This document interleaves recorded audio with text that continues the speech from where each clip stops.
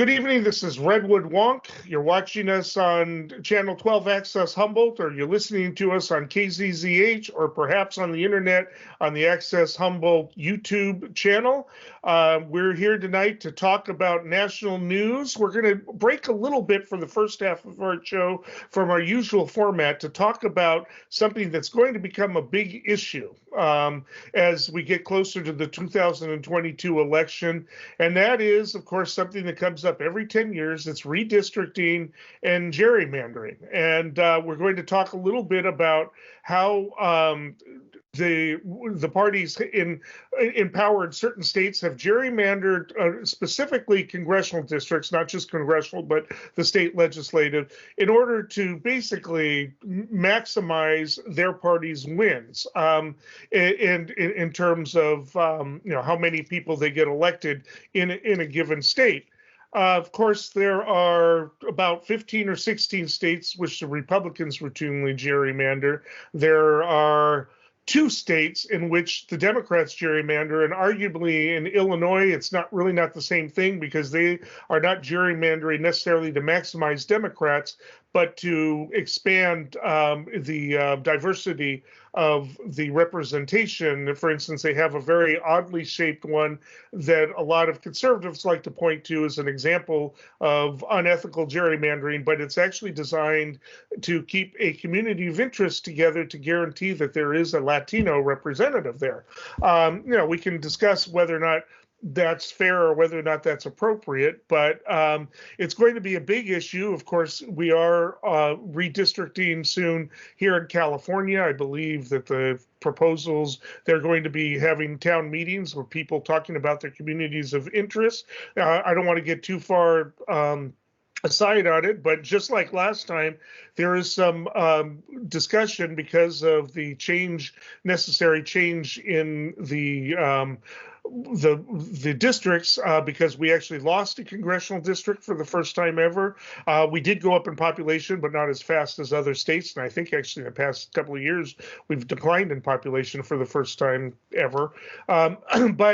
But there is talks, for instance, of splitting up what's now the first congressional district, used to always be the second, basically goes from San Rafael, skirts around to the west of Santa Rosa to avoid Santa Rosa, and then goes all the way up to the Oregon border. It's possible that Humboldt County and Del Norte County, and maybe more, could end up in the same district as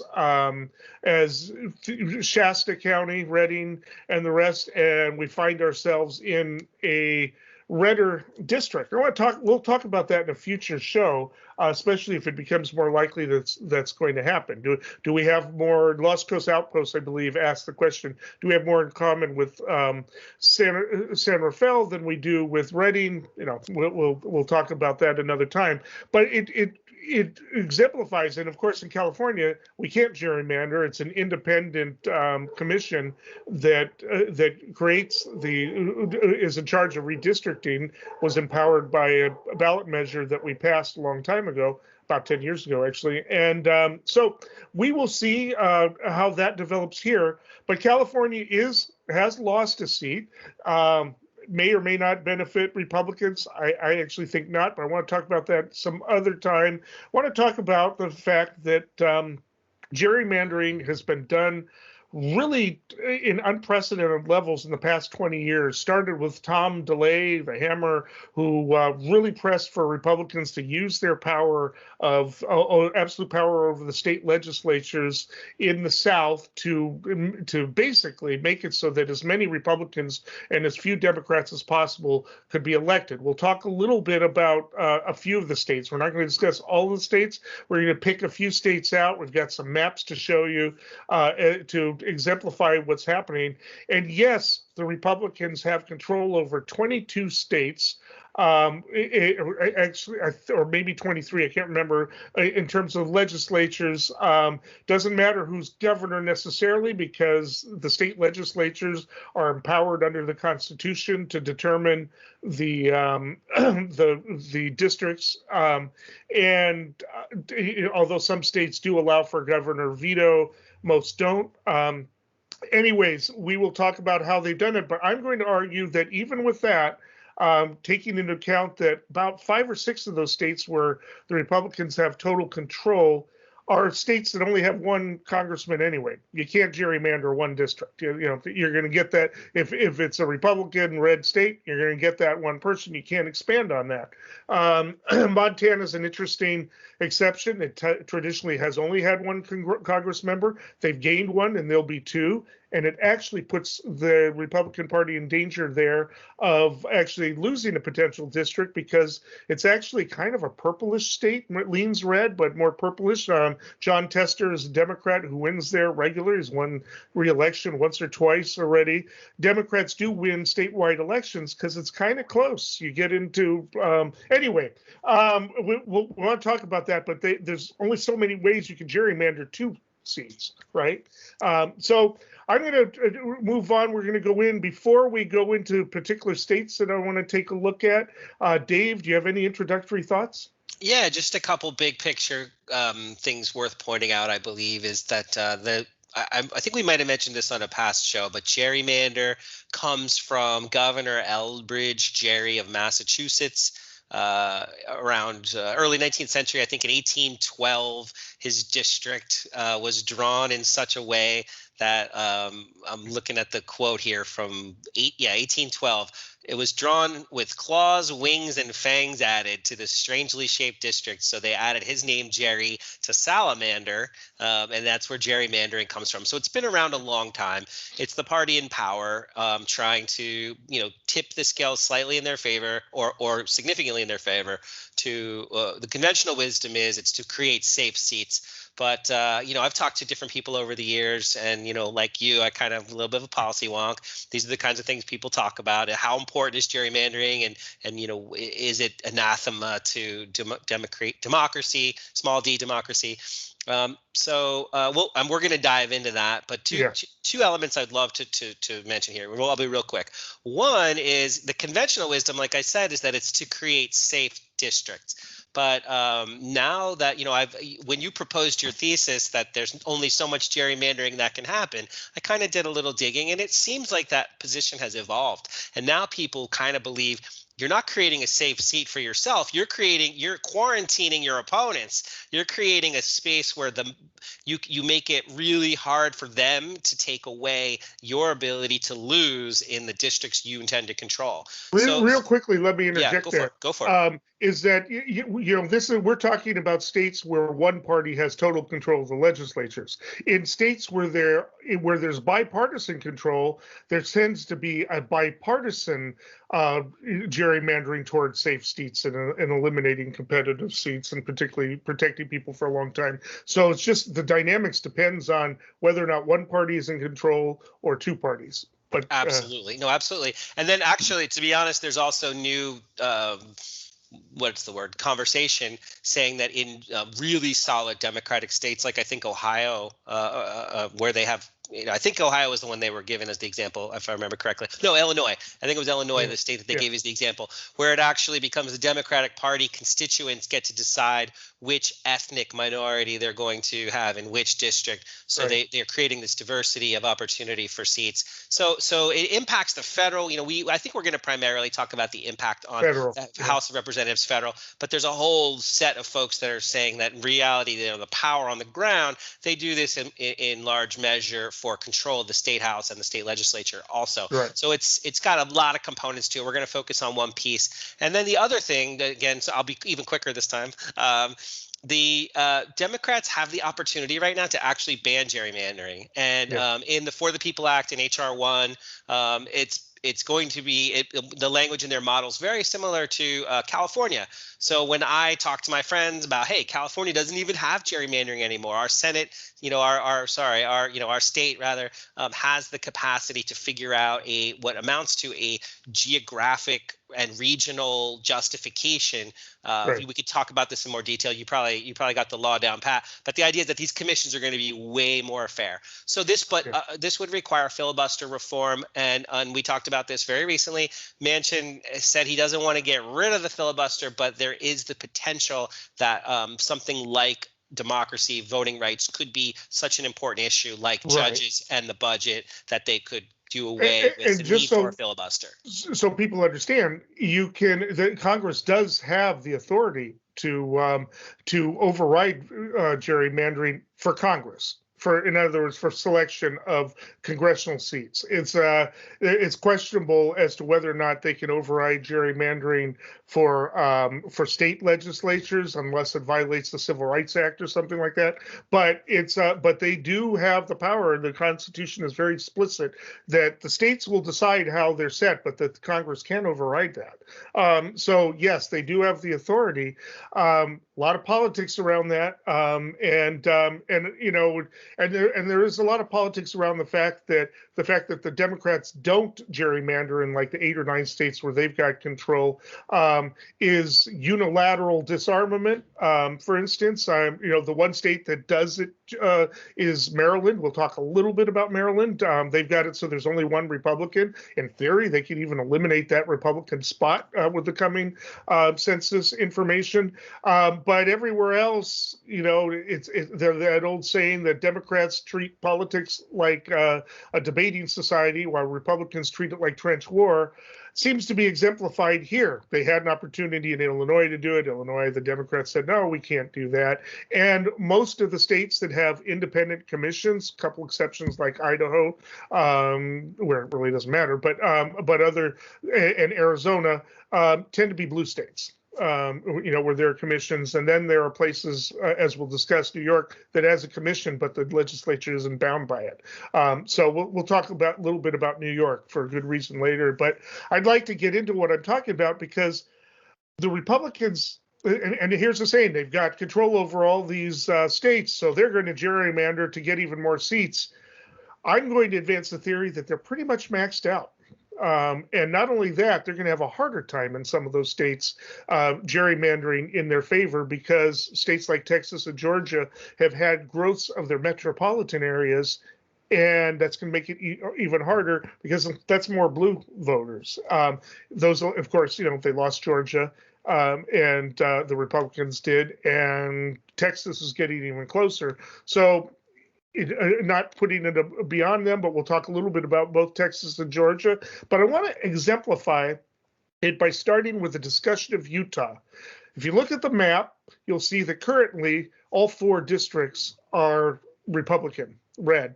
The 4th district, as you see, which incorporates part of Salt Lake City and then the suburbs to the south, has actually flipped back and forth several times over the past decade. It's kind of a swing district.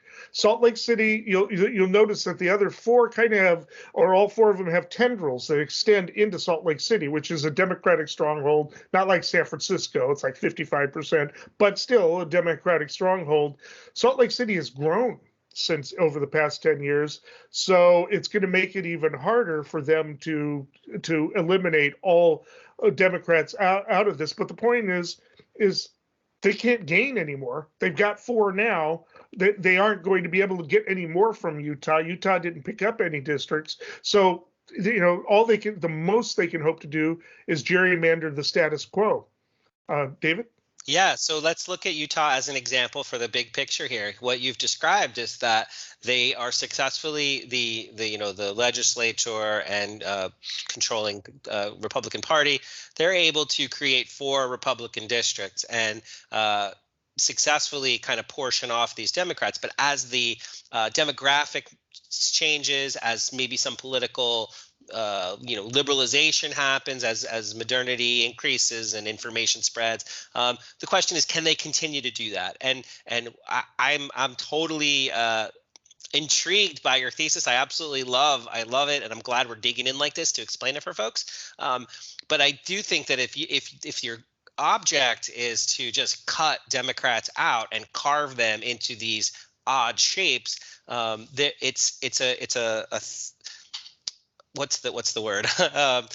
It's very likely that if they really want to stretch these shapes to absurd places, they can. And so there's this metric. It's like a rating. There's an organization out there that rates the most gerrymandered districts, and the ones that are like supremely ugly shapes, they're like close to 100% gerrymandered. Their shapes are obscene, and so. And I just want to say big picture why this matters is because it's a really balanced electorate we have right now. During this last 2020 election, Democrats were expected to win by, expand their 36-seat majority. That was the expectation. Right. Right now, they have a 4-seat majority. So it's razor thin margins. And the best estimate right now is that they're going to lose 15 to 20 seats. All right, we do need to move on this, but I want to point out that in California and several other states, what they've done in Utah would be impossible because you're supposed to maintain communities of interest, and one of those is cities. You couldn't divide Salt Lake City into 4 things like that. You'd have to give it its own. And so if you look to the map on the right, the hypothetical nonpartisan map as it's labeled, that's really what Utah should look like. Salt Lake City should really be mostly its own district, and then the other 3. I want to move over to Alabama, which takes a slightly different approach. And if you look at the map of the current map, you'll note that Alabama has 1 Democratic district out of 7. There's about 30% of the voters are African Americans. They've got something like 80% of the African-American voters jammed into that octopus kind of looking district on the left that stretches up into Birmingham and over into Montgomery, the 2 primary urban areas of Alabama. And then you'll see a tendril that goes south into primarily black rural districts down there. And basically, I just want to be real quick on this because I don't want to run out of time. We got a few other states to talk about. But when Doug Jones defeated the guy who was accused of being a pedophile and still managed to get 48% of the vote, when Doug Jones won, he won with 49% of the vote. If his votes had been distributed, and had been translated into Democratic votes, even with 49%. The result would have been 1 Democratic district and 6 Republican districts. Really quickly, if you want to comment on Alabama. Yeah, it's like just one quick point is that I think that kind of affirms that conventional wisdom is a little bit different than what people thought. Rather than having save seats, the focus here is to concentrate the opposition, make sure that you have as little of them diverting the rest of the state as, diluting the rest of the voter electorate as possible and throughout the rest of the state. Right. And if you see on the right-hand side, the proposed nonpartisan one, basically Birmingham would have its own district, and then that other district would extend into Montgomery and into the rural areas, maintaining the positions of interest. But again, the issue is power for the Republicans right now, and that's how they did it. The next map I want to take a look at is Louisiana. I don't want to spend too much time on this, but basically there should be 2 of them. As you'll see in the actual map, number 2 basically incorporates portions of New Orleans and stretches over into another liberal area. I'm forgetting the town now, famous town. Anyways, and it looks kind of like a snake, like I said. I want to actually go out of the way. Odd-looking districts aren't necessarily gerrymandering for the negative reasons. There could be communities of interest, but in this case, it's to contain the Democrats, again, into 1 district rather than 2, as would be indicated in the hypothetical Louisiana map on the right. So real quickly, I think you were referencing Baton Rouge. That's it. Yeah, that was your call. You pointed that out to me. And so I think it's worth mentioning now, like the way you describe this is that it doesn't necessarily correlate to minority representation. It's usually they've got these immensely powerful analytical tools that can go. It used to be that they could track to the census block, to the voting patterns of communities. Now they can go to the household. They can go to the ISP. They could go to your browsing history. They could go to your shopping patterns. They could actually go brain by brain in your house and try to figure out the best way to group people together for this purpose. Right. All right, next I'd like to take a look at Ohio. We're getting into some of the larger states now, which are probably afford more flexibility and ability to gerrymander. They're already gerrymandered, but maybe they can expand it. I think they're going to have a hard time in Ohio expanding it. Maybe they can maintain the status quo. But if you look to the top of the map on the left, which is the current one, you've got 2 very interesting districts. That's District 4, which is what's his name? Guy is really loud in Congress. It's famous as the Duck District, and he is one of Trump's biggest supporters. He got caught up in a wrestling. Jim Jordan. Thank you, Jim Jordan. That's his district. It is put together for him. And then you look above the duck head there, and there's the snake along the water district, District 9, and it is so thin that there was concern over the past decade that they were going to have to redo it because the rising level of water in the lake might have cut off at that point where you see District 5 kind of almost reaches the water with its corner there, and they would have had to redistrict, and it would have cost the Republicans another district. You can see what they do over on the right-hand side, again, linking different communities together to lock them into a few. The problem they're going to have here is, you can see down in the left-hand corner, they basically split Cincinnati in half with the districts outside with the more conservative suburbs.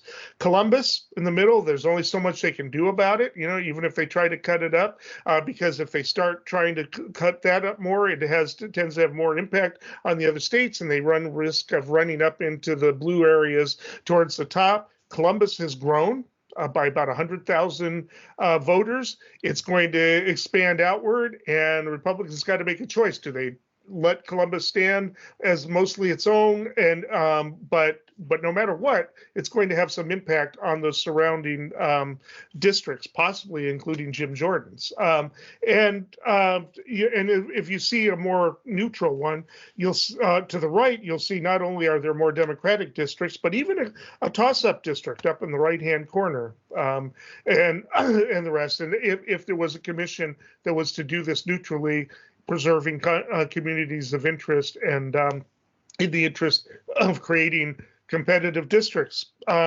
Again, Republicans are going to have a hard time in this one because of the growth in Columbus, and we'll see.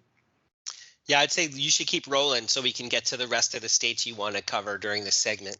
All right, really quickly, Georgia, as you can see, the metropolitan area where Atlanta is up in the left-hand corner, not 14, that's green, crazy greens district, but everything around there are, blue. They've gerrymandered it so that the northern portions of the suburbs are contained in red districts. If you look to the right, you can see what would happen if they were more fair. But again, the Atlanta Metropolitan District has grown in general. I think it's going to be even tougher. And not only that, if you look down, you'll see in number 12 on the right-hand side, fairly heavy African-American areas there. If they try to dedicate too much to dividing up and splitting up the Atlanta area, they run the risk of losing there. Again, if it was fair, that would be a Democratic district. Any comments on that one? Yeah, with Georgia, because it was just such a significant state in January just passed, and how both senators were elected were Democratic. I think Georgia is an example of just those Democratic shifts, those voter preference shifts, and a whole bunch of those factors that kind of make it a little bit of a wild card. The gerrymandering is of supreme importance, but it's hard to game out the impact of redistricting based on census data. It's also hard to evaluate voter suppression measures and then the pushback against those. So there's a lot of elements here worth consideration. But I love how you've shown those what it could be like with a commission, because I think that's really important for people to see. And then and real quickly there too, as Georgia evolves, it's only going to get more blue most likely as it goes on. The next time around, it may be that the Democrats don't have complete control of the legislature, but even if they have enough to block the gerrymandering, that will be a bomb in Georgia politically, because there'll be a drastically different map, as you can see. So those are the areas where the Republicans have gerrymandered. I want to be a little bit fair, because there is a state, Maryland, where the Democrats have done it. They've managed to do it. I want to show what's referred to as the praying mantis district. Again, it's there to basically ensure a Democratic majority, and it's one of the oddest looking districts in the country. So Democrats do it too in one state. So it's just, and there's a lot of pressure from Democrats, again, wanting to be fair, on Maryland to stop doing it so that Republicans can get at least 2 or 3 districts out of it. So I wanted to also point out where in New York, and I want to go to this map, and it's a little bit different from the other maps. It's the current congressional districts. New York, as I said, has they don't gerrymander. They don't have a history of it, but they can, because there is a commission that will come up with a proposal, and the legislature actually has the authority to reject that proposal and come up with their own. There's going to be a lot of pressure from Democrats around the country for them to do it. If they do gerrymander it, they could possibly gain 5, possibly 6 seats for the Democrats. And real quickly, I want you to look at the map. Of course, you see that most of upstate New York is red, the exception being Buffalo on the far left there, which is really blue right now, especially with a socialist mayor, and then a more moderately blue center towards the top near towards the center, which is Syracuse. Most of the rest is blue. Oh, and actually, no. And then you've got Rochester over on the right hand side there, which borders a Republican stronghold up in that right hand corner, the largest of them. New York has lost a district, which means every district is going to have to become a little bit bigger, and which means that big one's going to have to come probably further south into Rochester, and that might become more competitive, just as a matter of course. But if the Democrats really wanted to play it like the Republicans in the South, if you look to the south there, New York City, you'll see to the left there, Staten Island is currently Republican. Democrats could easily split that one, kind of like the Republicans split Cincinnati, and they could easily send their districts into the eastern part of Long Island, and all of that could be blue. And on top of it, while New York City hasn't really grown, the suburbs to the north of it have grown, and those are going to be pushing out into the upper levels. Even if they don't gerrymander, that loss of that one district is probably going to be the loss of a Republican district, and probably at least one other district is going to become Democratic, even if they're fair. If they decide to do what Tom Hammer, did in the South, it could be really bad news for the Republicans. So one thing I think, like you pointed out, New York, how everybody considers New York and California the most sort of extremely Democratic biased states, and how they between New York and California, and I think if you add in Illinois and Massachusetts, that's the vast majority of Democrats in the Congress. So interestingly, I say vast, it's the majority, not the vast majority. Mm-hmm. So it's interesting that it gets this label, but when you were talking about in the context of gerrymandering, it's a little complicated.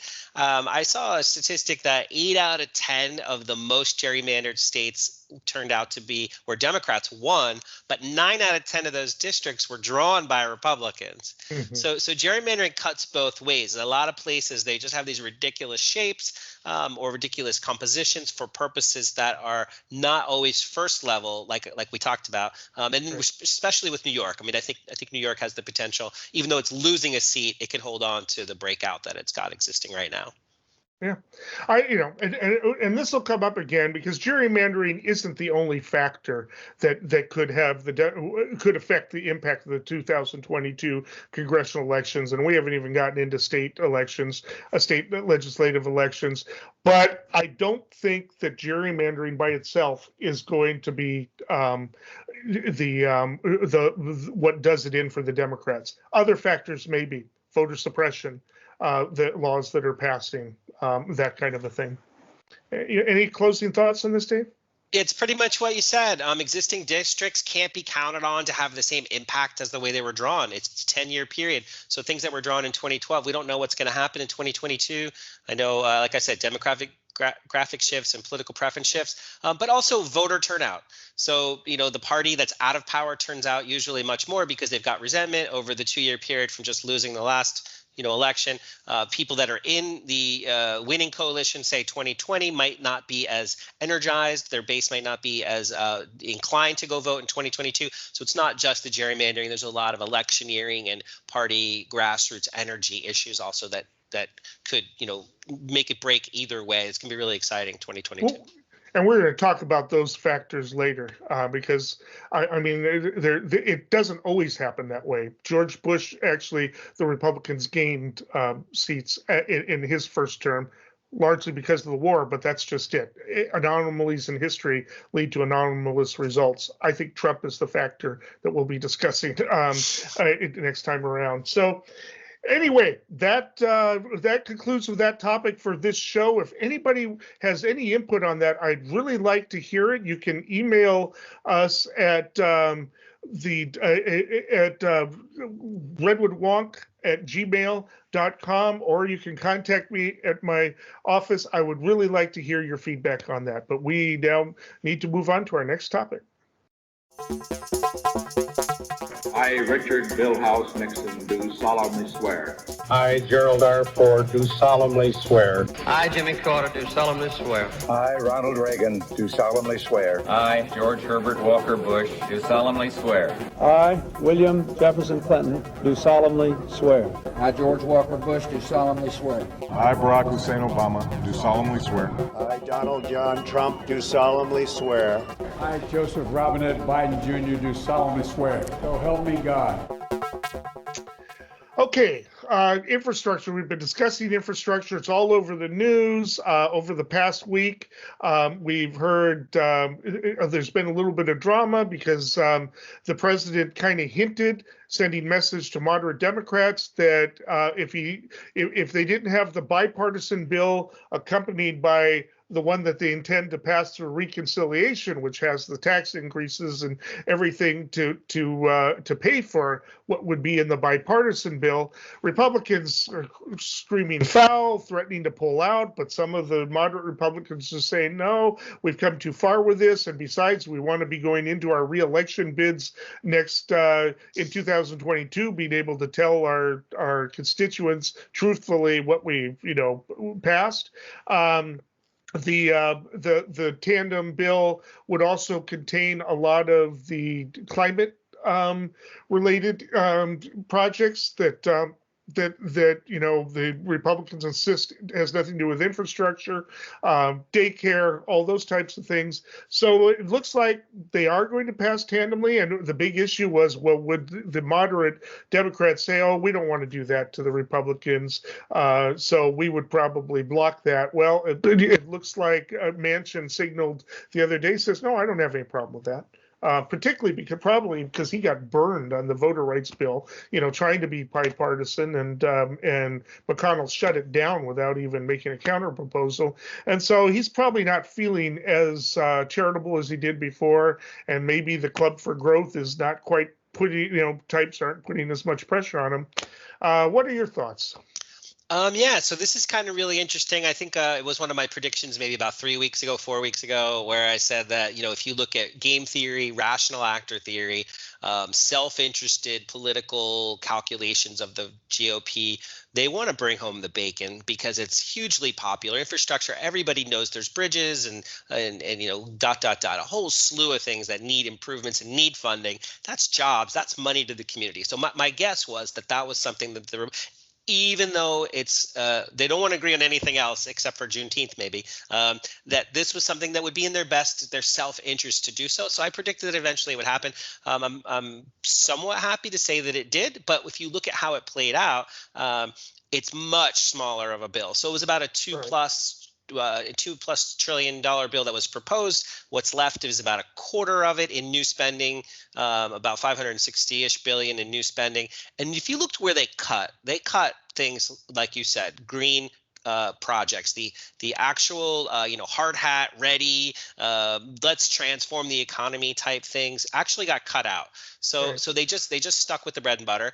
And that prompted some of the progressive wing of the Democrats in the House to say, we're not going to vote for it if you take everything out of ours. And it sounds like Biden's people probably went to him and say, don't worry about it. We got this, because we're just going to put it in another $2 trillion one that we've got, and we'll get even more, and we're going to do it at the same time so that our moderates can't back out, which is what the Republicans were hoping. They would get theirs, and then when we tried to pass the other through reconciliation, they tried to lead on Manchin and Sinema and the others to try to do it. But this is where Biden hinted that he would veto it if they didn't come together because he wants to make sure they both pass, then backed off that later. But I think he sent the signal, and I think that McConnell and the others know about it. McConnell has not yet officially endorsed the new one, but even the people negotiating, Romney and the rest are not saying, we're not going to vote for it. So this appears, we'll see how it goes if it actually happens. We're probably about a month away from it passing, but this appears to have been really well played by the president. I'm so glad you said that because there was talk originally of, oh my gosh, this is a gaffe. He said what he shouldn't have said. Now it's going to fall apart. Deliberate. The Republicans are going to walk because of this, and the moderates and or the progressive Representative Jayapal and those others, they might walk because of that. So there was all these reasons why it wouldn't happen. But in reality, I think it was really it brought everybody together on the same page. They knew what to expect. And there's nothing that's inherently contradictory here at all. It's work with people where you think you can, when your interests are in alignment, and then you do what you can do because the Republicans have proven it's about power. And so if the Democrats look in the mirror and they say, we have the power to do this if we stick together, that seems to be the overriding principle of why the linkage is actually going to possibly work here. And I don't think it was a mistake at all. I think he knew exactly what he was doing. I think he knew that there would be the reaction from the Republicans feeling betrayed, and the rest. But this is politics, and it's how you get things done. And they can't. They're going to have a hard time backing down now on the basis of this. So we'll see how it plays out. They just need 10 Republican votes to get it through the bipartisan one. They probably have that because there are a bunch of them facing re-election. I don't know. I mean, this is real interesting. It does seem that Biden, for whatever mistakes they're making, and there's questions about Harris's office and a lot of that, but I think that's going to even be ironed out. It seems like Biden understands politics. He's been around for a long time, and he's got people who've been around for a long time. This is anyway. This is one of them that we'll get through. And the fact that you haven't heard AOC or anybody making threats over the past week has obviously got Republicans worried. Yeah, and I would say, from that prism of looking at it from the progressive perspective, there is an issue that I did see get floated out there, which was, Senator Sanders is the chair of the Budget Committee, and the budget that came out for the reconciliation bill when it was released included the salt tax reform, which it's super insider baseball, but the idea is that the moderate corporate pro-business Democrats drew a line in the sand and said, we are giving this massive tax cut for people that are in the 1% or the top 20%. They're getting almost 100% of this. The 1% gets about 56%, and the top 20% get about the remainder, 44%. But it's a multi-billion-dollar tax cut for writing off your property taxes, I think, on your real estate. It seems like inside baseball, but the idea is that if Bernie Sanders is willing to put this in the bill to accommodate some of the more conservative members of his party, it shows that everybody loses a little bit here, everybody gains a little bit, and that's how the sausage gets made. Well, there's going to be an increase in capital gains tax, so it's going to be how you play it, but definitely they want those programs in. They do want to restructure the economy around climate change. And that's the other thing is, we have these horrific heat waves, and they're starting to affect red states now. And it's going to really put the Republicans in a tough position as we go through the summer. And it's like, it was one thing to say, oh, those fires in California, it's because they won't log properly, right? Or sweep the forest or whatever. But I don't know. I think I think that we're going to see some real changes in there, and the opposition from the Republicans, they're going to be in a position, these 118-degree Siberia temperature in Siberia, I think is going to start to scare a few more people. Yeah, I know this is an anecdotal kind of thing, but I was talking to some conservatives over the weekend, and they live in an area that was affected by the heat dome, which brought average temperatures up to beyond the 40-year extreme. And it really scared people. They hadn't had 117s before. And one of the things that they said, one of the people said was, "Hey, I planted a garden this year, and within 3 days, everything was burnt to a crisp and dead." And so, you can't deny what your eyes are showing you, and over the the patterns are increasingly more severe and increasingly more dire. The predictions are increasingly more dire. So depending on which experts you listen to, we really need to be aware of what's happening with droughts and fires and climate change and the rest. And I think that gives a lot, like you said, it gives a lot of credibility to pausing the circular firing squad and that exists here, where it's just trench warfare between progressives and conservatives, or however the fight plays out. Consider the shared interest not just of ourselves but of the whole planet. Yeah, I mean the silver lining of this hottest summer, I mean, that's is going to be that it could change the tide of that debate. But we do need to move on to our next topic. Plenty more to talk about that in the future, and I will have a prediction about it at the end. Okay. That brings us to our last topic. First of all, it looks like the select committee is going to happen. It looks like it's formulating. They're going. Nancy Pelosi actually is just going to go ahead and select the members, including several of the Republican members. She's going to give. I think it's going to be a committee of like 13. There are going to be about 5 Republicans on it, and she'll confer with the minority on it. But of course, Green, who's not on any committees right now, Crazy Green wants to be on that committee. Like that's going to happen. Like the Republicans would even want her there. But anyway, it is going to happen. And unlike the bipartisan one, in which a lot of people, progressive, thought that the Democrats had been selling out too easily, that would have given Republicans veto power over subpoena power. And that is not going to happen. The Democrats will have control as long as they stay unified to issue the subpoenas. It will be focused on the Capitol, invasion of the Capitol, and the circumstances around that, how it happened, why it happened, and only that, not the other demonstrations. Again, I said this before. I think the Republicans made a huge error here in doing the filibuster around this. They should have negotiated and come up with it, because it's not going to be there's not going to be any less media coverage of it with the Democrats running it.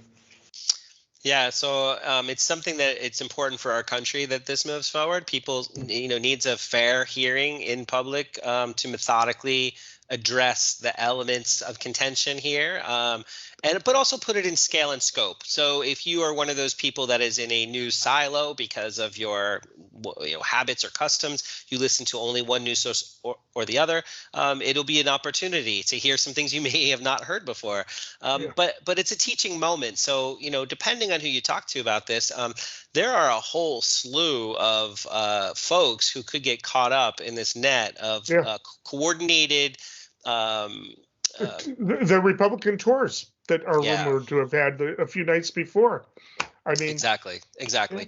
So like I said, depending on the sources, there were parties, and there were just a whole slew of hey, hop on my plane and we'll go to Trump International Tower. Trump won't be there, but one of his surrogates is going to call in because he can't be seen being at the party. So there's, like I said, there's social media, and the truth will come out. It's not like I have access to any information that anybody else does or doesn't have, and it's really important for history, because we are too close to the fire to be measured here, and this can't happen again. The potential loss of life to congressmen and the vice president, that all was very close to being a full-blown riot. I wouldn't say that it was.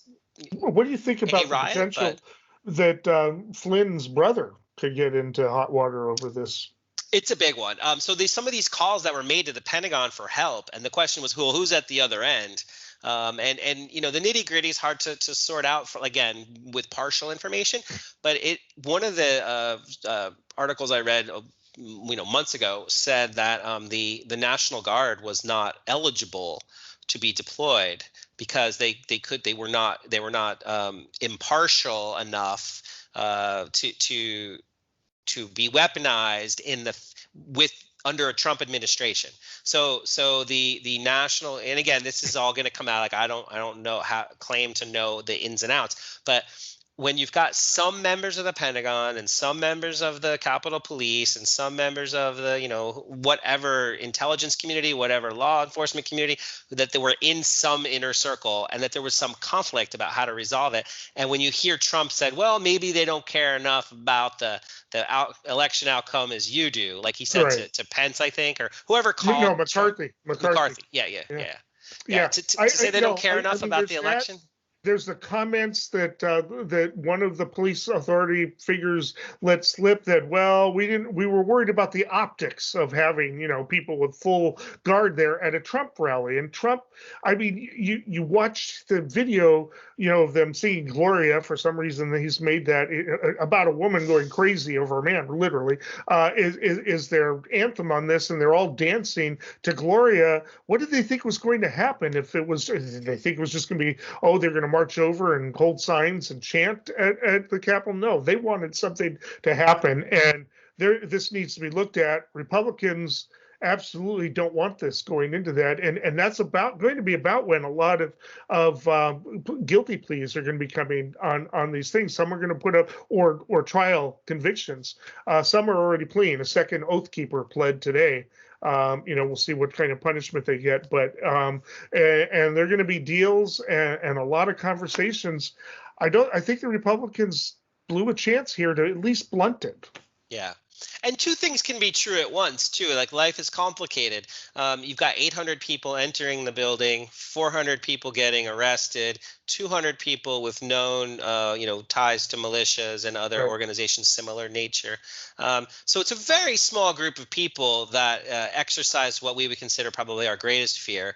But the fear is real, and the potential is way beyond what did happen. So there's that piece of it. But when you talk to, conservative folks, they're just like, it wasn't that big of a deal. And you're like, well, maybe you need to see something different. Maybe you need more evidence, because there were a lot of elements of this that were a really big deal and worth looking into, so it doesn't happen again. All right. Well, it brings us to a little bit of a transition here, because I believe that the reason they blocked the commission wasn't because the Republicans wanted to do that. I think they would have done, but Trump runs the party right now, and he didn't want that commission. There's no way he comes out looking good, so he wants to be able to say, oh, it's a fixed Democratic thing. Helps him with his image and whatever it is he's trying to accomplish. But he came out on tour. It was in Ohio over the weekend. He's at the border now, meeting with people, not talking about the border like he said he was, but complaining again about what we call the big lie that he seems to have maybe even convinced himself of. He was going to have a 4th of July celebration in Alabama. Republicans there canceled it because they are realizing everything is just a pity fest over him, and that's not what they want for a 4th of July celebration.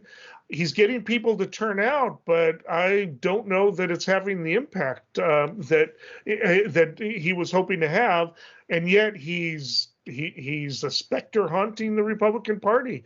They can't, they can't do with them. They can't do without him. Yeah, I mean, too much of their polling and metrics, not just theirs, but Gallup and the others. Pew the one I was looking at.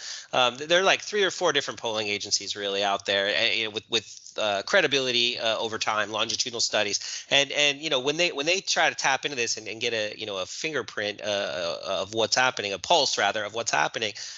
Trump still has a majority of the base's support. They support him. It's a team, right? And so when he gets out there, they think it's going to better it's going to help them over the coming term. However, I watched some of that rally in Ohio over this past weekend, and like you said, it really was a lot. It was just talking about the election and very, very transparent but simplistic criticism of anybody who kind of disagreed with him or ever heard him. And what he was really saying is, if you say anything against me, I'm going to support the candidates running against you. So he still is trying to be like that role of kingmaker a little bit here, or a lot. And he attacked Anthony Gonzalez, who's running for re-election there, one of the 10 House members that voted for impeachment.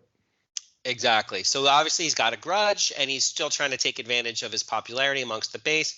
And so I think that there's a schism certainly, but it's a small one. It's the break is just we're just starting to see it. Like I said a long time ago, I think he's gonna continue to be, him and his movement will continue to be players through the next 22 cycle, but not 24. Not him. Not 24. The Republicans were cringing over that because Gonzalez will probably win the nomination for that. It's a moderate district, a swing district, and that puts Gonzalez in a position of if Trump has badmouthed him, will they come out to vote for him? If not, then the Democrat wins. Or if he loses in the primary and you've got a Trumper that's too extreme for that district, the Democrat wins. They've probably lost that district. I mean, it's just because they're not going to get, if Trump's not on the ballot, they're not going to turn out anyway, and they'll turn out even less if Trump has badmouthed their client. They're in a jam. Republicans are in a jam with Trump. They need him, but they can't do without him. So it's the Georgia effect. They lost 2 Senate seats in a state where they ought not have, in part primarily because of him. So we'll see as it plays out. His popularity will probably wane, and maybe there'll be some highs and lows. But for the most part, I think the writing's on the wall here. All right. Well, that takes us to our last segment.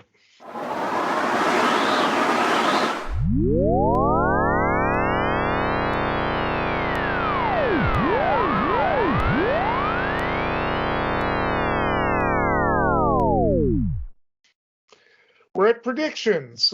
Dave, what is your prediction for the day, or predictions? Yeah, this is another one of those things that kind of just like comes out of the woodwork, and you don't know how much of it you trust because it's a leak video and the sources. It hasn't hit any of the news yet, so you're not really sure what's what. But this is about abortion, and so I saw a video of a congressman, Republican congressman. I won't name him until it's actually more public. But basically what he said was that there's a group of folks. He was speaking at an event hosted by former Senator from Pennsylvania, Rick Santorum, and basically saying, look, we got the Supreme Court.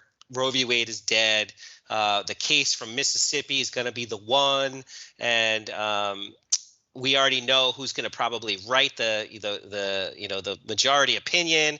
So that's a done deal. And parallel to that, not a done deal, but that's a strategy that's going to be implemented to galvanize their team around the cultural divisiveness of undermining Roe v. Wade, the abortion case. And they're going to parallel track that with legislation that is going to kind of honor states' rights for Republican-controlled or dominated legislatures. And so it's going to be a 1-2 punch, and they think that this culture war is going to bring them the party galvanizing force going into the 2022 cycle. So that should play out, I would say, over the next 6 months or so. We'll see this in earnest. Hopefully, for the sake of the predictability, hopefully a little sooner.